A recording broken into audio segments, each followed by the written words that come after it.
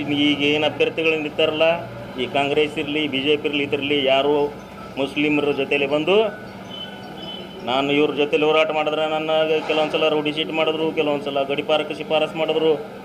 ಆದರೂ ನಾನು ಲೆಕ್ಕಿಸಿದೆ ಅಲ್ಪಸಂಖ್ಯಾತರ ಪರವಾಗಿ ನಾನು ನಿಂತಿದ್ದೀನಿ. ಈಗ ಅಲ್ಪಸಂಖ್ಯಾತ ಮುಸ್ಲಿಂ ಸಮುದಾಯ ನನ್ನ ಪರವಾಗಿ ನಿಲ್ಲುತ್ತದೆ ಅನ್ನೋ ಭರವಸೆ ನನಗಿದೆ. ಈ ವಿಧಾನಸಭಾ ಚುನಾವಣೆಯಲ್ಲಿ ಈ ಕಾಂಗ್ರೆಸ್ಸಿನ ಅಧ್ಯಕ್ಷರಾದ ಈಗಿನ ಲೋಕಸಭಾ ಅಭ್ಯರ್ಥಿಯು ನಿಜವಾಗಿ ಅವರು ಈ ಚುನಾವಣೆಯನ್ನು ಅಲ್ಪಸಂಖ್ಯಾತರ ಪರವಾಗಿ ಮಾಡಬೇಕಾಗಿತ್ತಂದ್ರೆ ಅಲ್ಪಸಂಖ್ಯಾತರಿಗೆ ಸಿಕ್ಕೋದು ಬಿಜಾಪುರದಾಗ ಒಂದೇ ಟಿಕೆಟ್ ಕಾಂಗ್ರೆಸ್ಸಿಂದ. ರಾಜು ಅಲ್ಗೂರವರು ಹಮೀದ್ ಮುಷ್ರಿಫ್ ಅವರು ಎಲೆಕ್ಷನ್ ಮಾಡಿದ್ದಾರೆ ಅಂದ್ರೆ ಹಮೀದ್ ಮುಷ್ರಿಫ್ ಗೆದ್ದಿದ್ರ.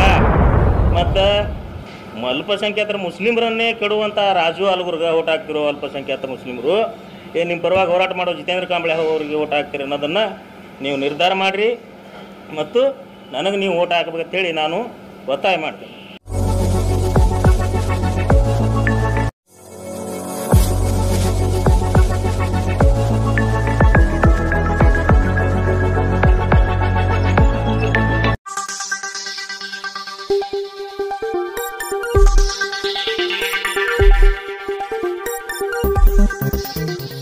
स्वागत है आपका यस न्यूज कर्नाटक एक्सप्रेस में। मैं आपके साथ सुफियान।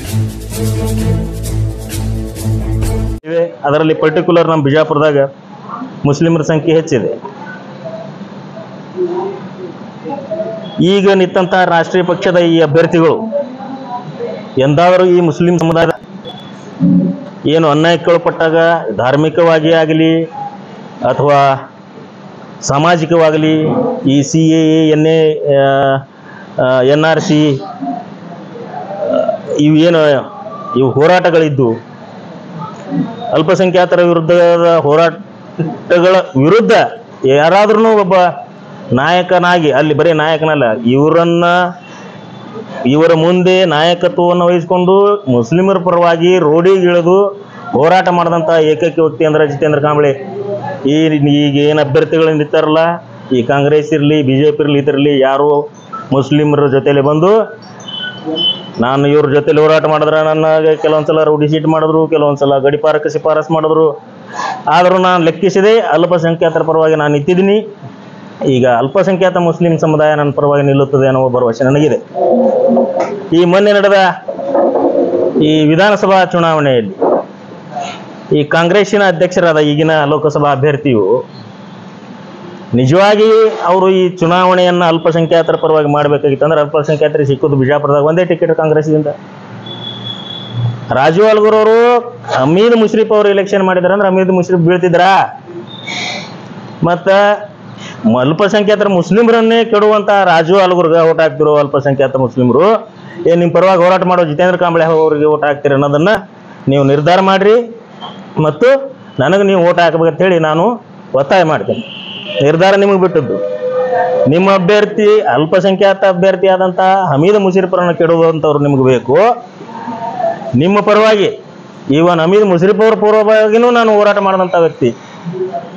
ನನಗೆ ಓಟ್ ಹಾಕ್ತಿರೋ ಅನ್ನೋ ನಿರ್ಧಾರವನ್ನು ನಾನು ಅಲ್ಪಸಂಖ್ಯಾತರಿಗೆ ಬಿಟ್ಟಿದ್ದೀನಿ.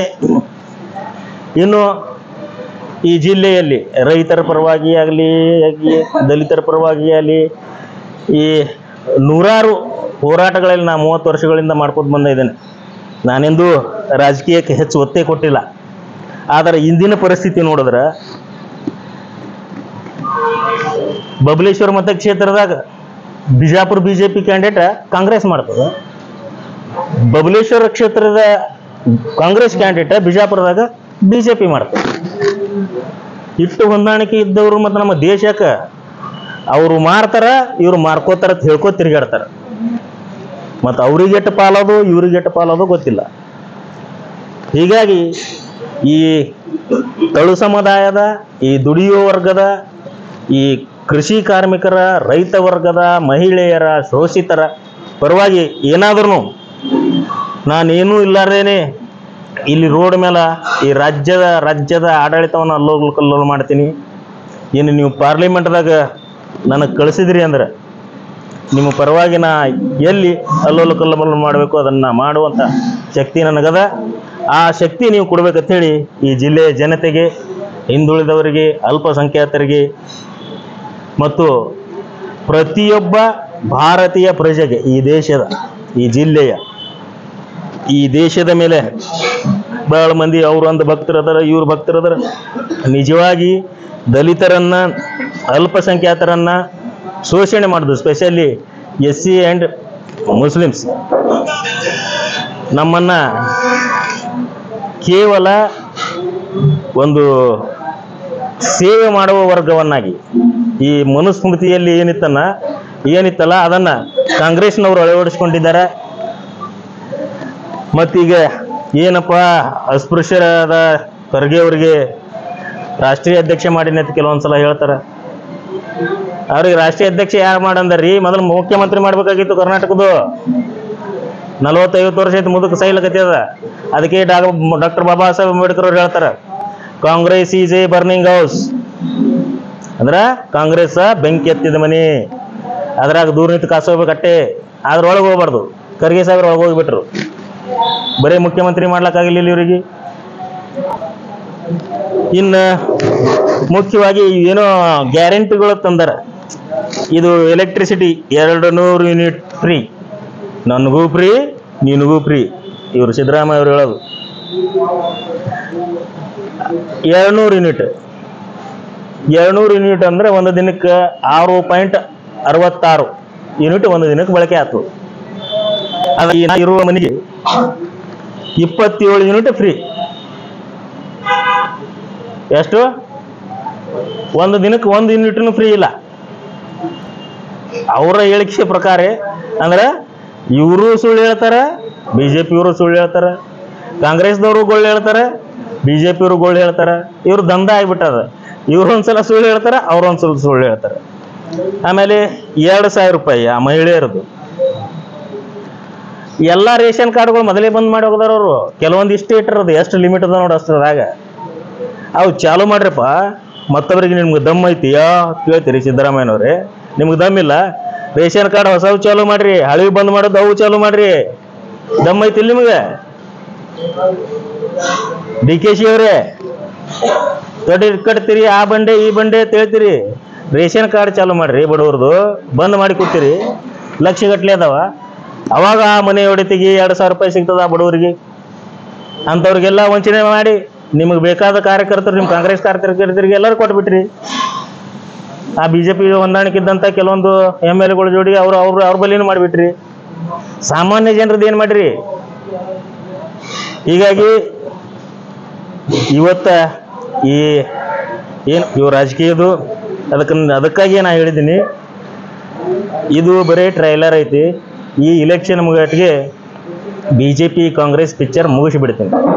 ಅದಕ್ಕೆ ತಮ್ಮೆಲ್ಲ ಸಹಕಾರ ಇಲ್ಲ ಅಂತೇಳಿ ನಾನು ಕೇಳ್ಕೊತೀನಿ. ಸರ್ ನೀವೇನು ಮಾತಾಡಿ? ಹಾಂ ರೀ, ಹಾಂ ರೀ. ಅಲ್ರಿ, ಪ್ರತಿಯೊಂದು ಓಣಿಗೋರಿ ಕಸ ಹೊಡೆಯವ್ರಿಗೆ ಕೇಳ್ರಿ. ಕಸ ಹೊಡೆಯವ್ರು ಹಿಡಿದು ಆ ಓಣಿಯ ಪ್ರಮುಖರಿಗೆ ಕೇಳ್ರಿ, ಆಮೇಲೆ ಕಾರ್ಪೊರೇಟ್ರಿಗೆ ಕೇಳ್ರಿ. ಅಕಸ್ಮಾತ್ ನಿಮ್ಗೆ ಏನಾದರೂ ಡೌಟ್ ಇತ್ತಂದ್ರೆ ಹಮೀದ್ ಮುಶ್ರೀಫ್ ಅವ್ರಿಗೆ ಕೇಳ್ರಿ. ಆದ್ರೆ ಅವ್ರಟ್ಟು ಹೇಳ್ಕೊಳಕ್ಕಾಗಲ್ಲ. ಅವರು ಕಾಂಗ್ರೆಸ್ದಾಗ ಅದು ಬೆಂಕಿ ಎತ್ತ ಮನೆ ಐತಿ. ಅವ್ರದ್ದು ದನಿ ಮೊದಲು ಭಾಳ ದೊಡ್ಡದೈತಿ, ಈಗ ಸಣ್ಣ ಆಗ್ಯದ. ಕಾಂಗ್ರೆಸ್ದಾಗ ಹೋದವ್ರು ಹಂಗೆ ಅದ. ಈಗ ನಾನು ಇಲೆಕ್ಷನ್ ಮಾಡ್ರೆ ತಟ್ಟೆ ಹೇಳವ ಮಾಡಿದ್ರೆ ನಿಮ್ಮ ರಕ್ಷಣೆಗಾಗಿ ನಾ ಜೀವಂತ ಇರೋ ತನಕ ಇರ್ತೀನಿ. ನಾ ಬರೀ ಒಬ್ಬ ವ್ಯಕ್ತಿಗೆ ಅಲ್ಲ, ಒಂದು ಸಂಪೂರ್ಣ ಸಮುದಾಯಕ್ಕೆ, ಪ್ರತಿಯೊಬ್ಬ ಭಾರತೀಯರಿಗೆ ಇರ್ತೀವಿ ನಾವು. ಬರೀ ಮುಸ್ಲಿಮ್ರು, ದಲಿತರು ಅಂತಲ್ಲ. ಈಗೇನು ಬ್ರಾಹ್ಮಣ ಶೋಷಣೆ ಆಗಲ್ಲ. ಅಲ್ಲೇ ಬೇರೆ ನಮ್ಮ ಜಿಲ್ಲಾಧ್ಯಕ್ಷರು ಬ್ರಾಹ್ಮಣರೇ ಅದಾರಲ್ಲ, ಇವ್ರದಾಗ ಜಾತಿ ಇಲ್ಲ. 306 ಜಾತಿ ಅದಾವ ಬ್ರಾಹ್ಮಣರದಾಗ. ಬ್ರಾಹ್ಮಣರಿಗೆ ಮುಟ್ಟಿಸ್ಕೊಳ್ಳೋದಿಲ್ಲ. ಬ್ರಾಹ್ಮಣರದಾಗ ಮಹಿಳೆಯರಿಗೆ ಶೋಷಣೆ ಇಲ್ಲ. ಪ್ರತಿಯೊಂದು ಜಾತಿಗೆ. ಆದ್ರೆ ಬ್ರಾಹ್ಮಣ್ಯ ಅನ್ನೋದು ಏನೈತಿಲ್ಲ, ನಮ್ಮೆಲ್ಲರ ತಲೆ ಮೇಲೆ ಕಾಲು ಕೊಡೋದು ಬ್ರಾಹ್ಮಣ್ಯ. ಬ್ರಾಹ್ಮಣರ ವಿರುದ್ಧ ನಾವು ಯಾರು ಅಲ್ಲ. ಇದನ್ನು ಸೂಕ್ಷ್ಮವಾಗಿ ತಾವು ಮಾಧ್ಯಮದವರು ಗಮನಿಸಬೇಕು. ನಾವು ಬ್ರಾಹ್ಮಣ್ಯದ ವಿರುದ್ಧ, ಬ್ರಾಹ್ಮಣರ ವಿರುದ್ಧ ಅಲ್ಲ. ಬ್ರಾಹ್ಮಣರು ಎಷ್ಟು ಅದ ರೀ? 3% ಇದ್ದಾರೆ. ಅವ್ರಿಗೆ ಶೋಷಣೆ ಆಗುದ್ದು ಅವ್ರು ಸಹಿಸ್ಕೊಂಡು ಅವ್ರು ಏನೇನೋ ಮಾಡಿ ಗದ್ದಲ ಮಾಡಿ ಸುಳ್ಳು ಹೇಳ್ಯಾರೋ ಕರೆ ಹೇಳ್ಯಾರೋ, ದೇವ್ರು ಅಂದರು ದಿಂಡ್ರು ಅಂದರು, ಅದು ಪ್ರಶ್ನೆ ಇಲ್ಲ. ಆದ್ರೆ ಬದುಕ್ಯಾರ ಮಾನವರಾಗಿ. ಆ ಕಲೆ ಅವ್ರಿಗೆ ಗೊತ್ತಿತ್ತು. ಮತ್ತು ನಿಮಗೆ ಯಾಕಿಲ್ಲ? ಮತ್ತೆ ಯಾಕೆ ಮತ್ತೆ ಅವ್ರ ಬಗ್ಗೆ ಬಟ್ಟ ಮಾಡಿ ತೋರಿಸಿ?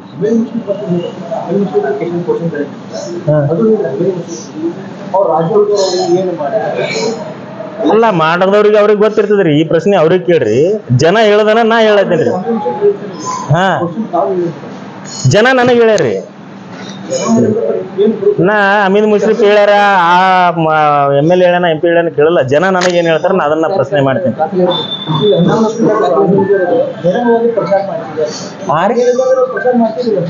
ಯಾರ್ರಿ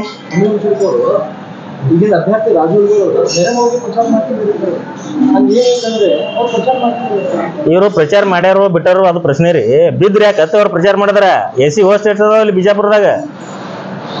AC ನಾಯಕರು ಇಲ್ಲಿ ಇವರು, ಕಾಂಗ್ರೆಸ್ ಪಕ್ಷದ ನಾಯಕರು ಇಲ್ಲಿ ಇವರು. SU ವೋಟ್ ಬ್ಯಾಂಕ್ ಇಲ್ಲಿ ಬಿಜೆಪಿಗೆ ಹೆಂಗೋದು ಅವು ಬೂತ್ ವೈಸ್ ಗೊತ್ತಾಗಲ್ಲ. ಅಮೀನ್ ಮುಷ್ರಿಫ್ ಗೊತ್ತಾಗ್ತದೆ, ನಿಮಗೂ ಗೊತ್ತಾಗ್ತದೆ. ಇಲ್ಲ ತೆಗೀರಿ, ಇನ್ನ ಅದಾವ. ಅವಾಗಿನಂಗೆ ಏನು ಹಿಂಗೆ ಜನ ಮತ್ತು ಹೋದು ಅನ್ನಪ್ಪಲಿ ಇಲ್ಲ. ಕಂಪ್ಯೂಟರ್ ಅದಾವ, EVM ಮಷಿನ್ಗಳು ಸಿಗ್ತಾವಲ್ಲ. SC ಓಣಿದಾಗ ಯಾಕೆ ಕಮ್ಮಿ ಬೀಳ್ತಾವ ಊಟ?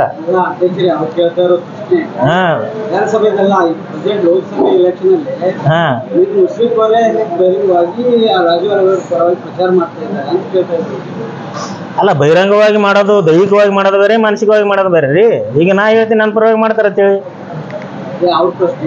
ನಾ ಒಬ್ಬ ಅಮೀದ್ ಮುಷ್ರಿಫ ಕಾಂಗ್ರೆಸ್ ಕ್ಯಾಂಡಿಡೇಟ್ ಅಂತ ಕನ್ಸಿಡರ್ ಮಾಡಲ್ಲ. ಅವರು ಒಬ್ಬ ಅಲ್ಪಸಂಖ್ಯಾತರು. ಅಲ್ಪಸಂಖ್ಯಾತ ಸಮುದಾಯದ ಪರವಾಗಿ ನಾವು ಹೋರಾಟ ಮಾಡ್ಕೋತ ಬಂದೀನಿ. ನನಗೆ ಬೆಂಬಲ ಮಾಡ್ತಾರ ಅಂತ ನಂದು ಅಷ್ಟೇ. ಮಾಡ್ತಾರ ಬಿಡ್ತಾರ ಅವ್ರಿಗೆ ಬಿಟ್ಟದ್ದು.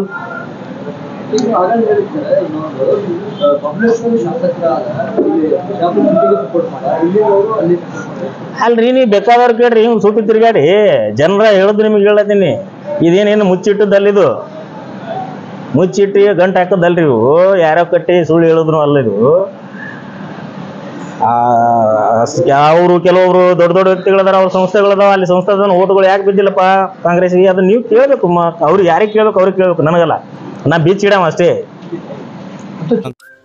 Delta learn online spoken English classes लाया है आपके लिए सुनहरा मौका।